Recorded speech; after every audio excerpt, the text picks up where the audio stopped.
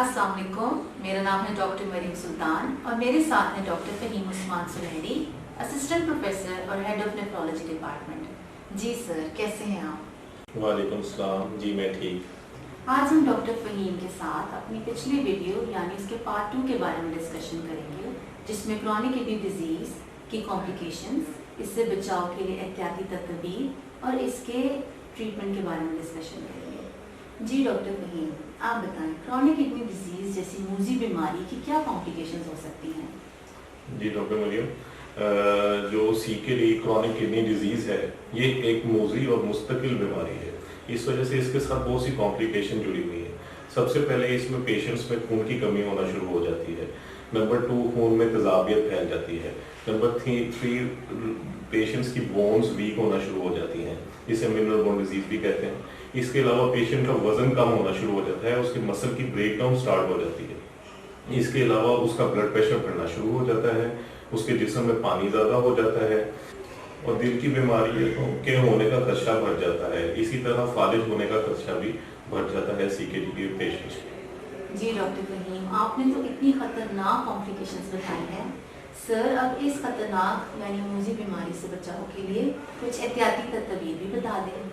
जी जी, इसमें क्योंकि हमारी आम आवाम यही सबसे पहले पूछती है कि हम कैसे क्या करें जिससे हम इन चीज़ों से बच सकें, इन बीमारियों से, इस तरह की मूजी बीमारियों से। इसमें सबसे ज़रूरी ये चीज़ है कि इसके जो कॉजेज़ हैं, जो इनकी वजह हैं, CKD की वजह हैं, हमने उसको कंट्रोल करना होता है।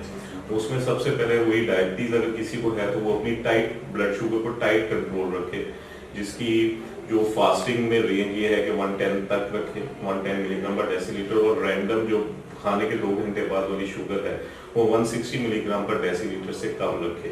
इसी तरह HbA1c 3 मंथ्स वाला एक टेस्ट होता है ब्लड शुगर, इसमें 3 मंथ्स का डेटा आ जाता है, उसको 6.4% से कम रखे। इसी तरह अगर किसी को ब्लड प्रेशर है तो उसको भी टाइट कंट्रोल रखे, उसकी रेंज ये है कि 130/85 मिलीमीटर ऑफ मर्करी तक ब्लड प्रेशर को कंट्रोल करे, उससे ज़्यादा बढ़ने ना दे। इसी तरह अगर किसी को स्टोन डिजीज है, किसी को स्टोन्स ऐसी जगह पड़े हुए हैं जो किडनी को खराब कर रहे हैं, तो अपने डॉक्टर के मशवरे से उसको फौरी तौर पर निकलवा लें या उसका कोई ट्रीटमेंट करवा लें। इसी तरह अगर किसी को बार बार इन्फेक्शन हो रहे हैं तो अपने नेफ्रोलॉजिस्ट से मशवरा करके उसका कॉज किस वजह से बार बार यूरिन के इन्फेक्शन हो रहे हैं तो उसको ट्रीट करवा लें, उसका परमानेंट हल निकलवा लें। इसी तरह जैसे लोग कुछ बेजा दर्दों की दवाइयों का इस्तेमाल करते हैं जिसमें NSAIDs ग्रुप है, उसको ज़्यादा इस्तेमाल ना करें। इसी तरह देसी दवाइयाँ, हकीम मेडिकेशंस और इस तरह की चीज़ों को भी अवॉइड करें।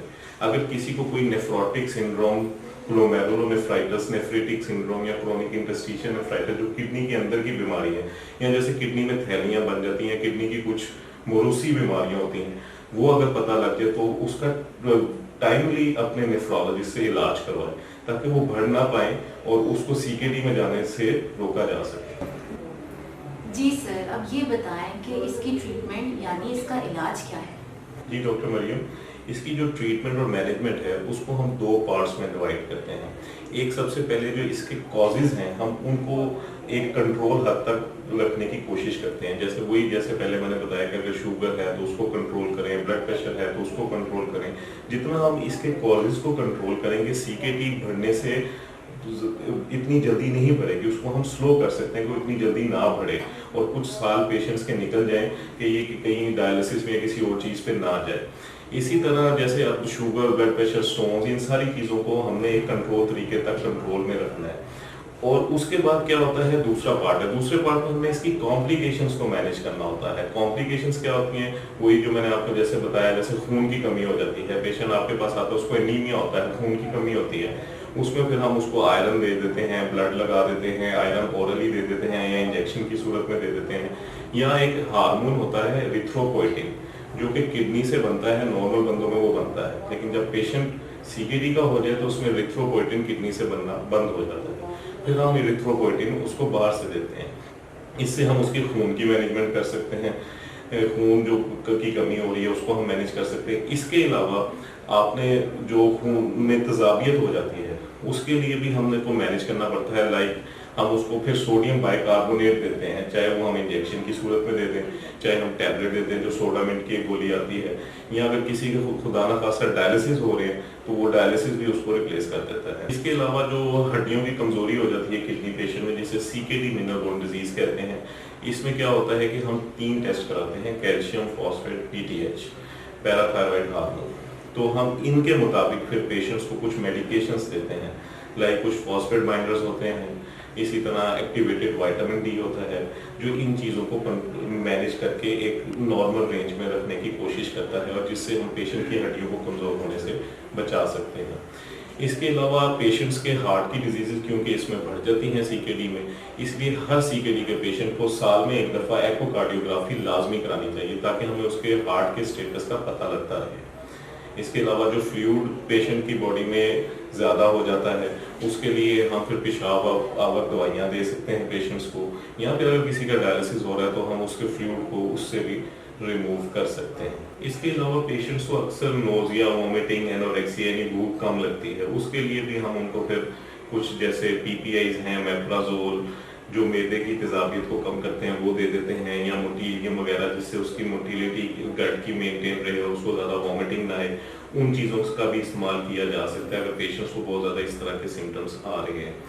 इसके अलावा डाइटरी रिस्ट्रिक्शंस बहुत ज़रूरी हैं जो CKD के पेशेंट्स के, उसमें सबसे पहले सॉल्ट रिस्ट्रिक्शन है, प्रोटीन रिस्ट्रिक्शन है, और इसके अलावा भी काफ़ी चीज़ों को बड़े मुहतात तरीके से इस्तेमाल करना पड़ता है। उसके लिए पेशेंट्स को अपने नेफ्रोलॉजिस्ट से और अपने न्यूट्रिशनिस्ट से मशवरा लेके चलना चाहिए और अपना रेगुलर फॉलोअप करवाना चाहिए। जी सर। जी व्यूअर्स, आज आपने देखा कि डॉक्टर फहीम ने कितनी इम्पोर्टेंट डिजीज़ के ऊपर हमें इतनी ज़्यादा इंफॉर्मेशन शेयर की है। सर आपका बहुत शुक्रिया। Thank you so much viewers, देखने के लिए। अपना बहुत ख्याल रखिएगा। अल्लाह हाफिज़।